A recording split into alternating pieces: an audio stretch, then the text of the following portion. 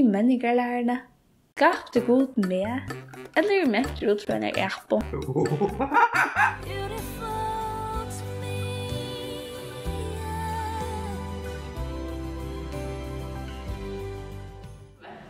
Hei, jeg er verklæs.fo til Dina Norberg-sitter, og tog vi kanalene om verkeløyga, og her tog vi om verkeløygan I Bibelene og Evangelion, og jeg synes også jeg og tog kunne bjørne at av en verkeløygan.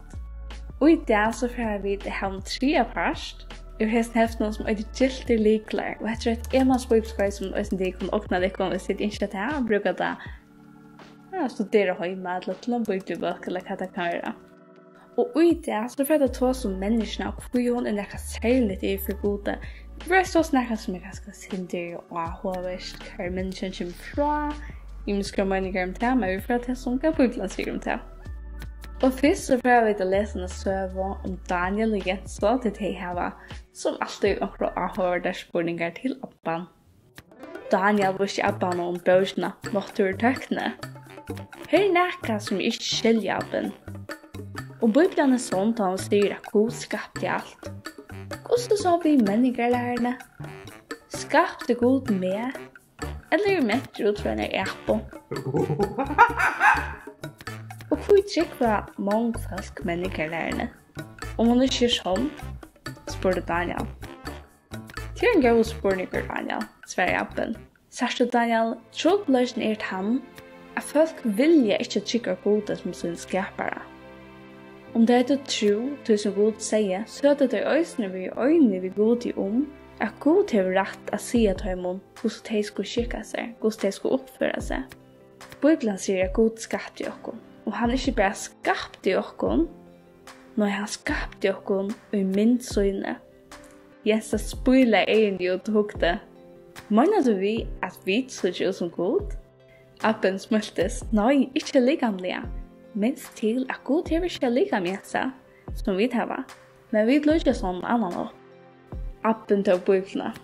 Vil du vite noe om opprunnet menneskens, så må du lese første bøken I Bibelene, første Mosebok, og vi leser her at Gud Herren myndar menneskene ur moldene og hjørne, første Mosebok 2:6. Men mennesker kommer ikke til å gjøre hjemme, ikke for Abben. Djurene heller ikke skapte myndgods som mennesker var, som mennesker nekka særlig og nekka ørvise. Og nå hadde Jens og Daniel flere spørninger å sette Abban om. Første spørninger som vi får ta som idé hva mest det å være skapte myndgods? Som mennesker lukket som god at han har at hun tilvidda. Det mest at hun kan huske og skilja og have kjensler. Men mennesker kan omgående vite lukkanek som god, til god vet alt. Og mennesker kan heller ikke elske lukkanek som god. God skapte menneskene vi evner å døme. Han lukka som mete om, ta mestjer, å skilje midlinga til rett og rett skøft. Jeg var skapte myndgods mestjer at menneskene ombår god av hjørne. Ta god skapte Adam over, så sier han, nørest, vekst I tale, ta mestjer. Ta god skapte Adam Eva sier han, fylle hjørne, gjør det til herre hennere, rage iber øtlom, og gjør hjørne rørest, første Mosebok 8:80. Vi når om Gud sier vi Adam Eva, giftest og feinikbød.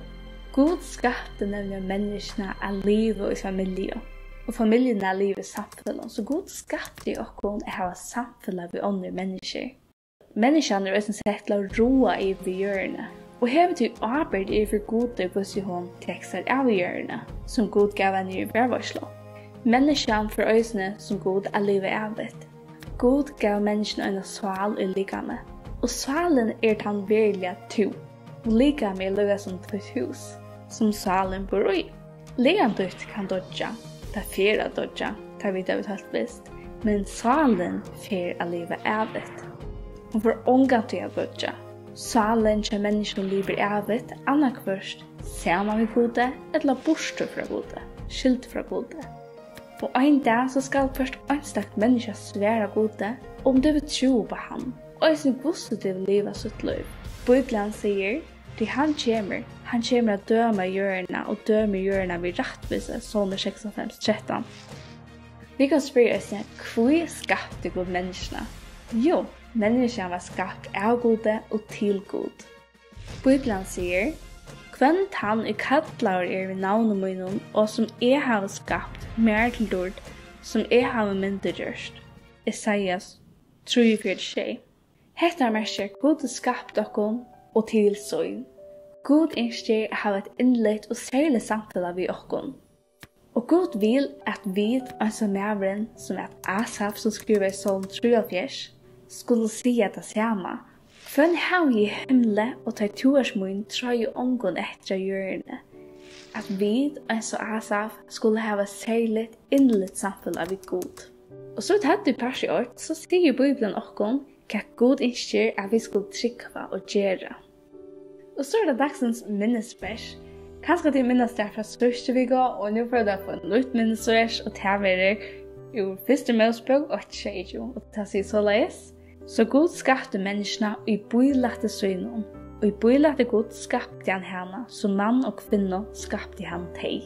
Jeg har lært så vekkert vers at du utan at lære seg etter at vi menneskene kan si litt til videre skapte myndgods.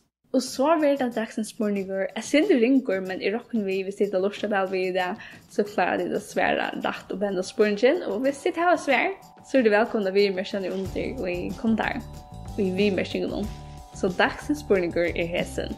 For jeg lærer mer om menneskene er opprunnet, må vite, A. Granska mer i natteropisen, B.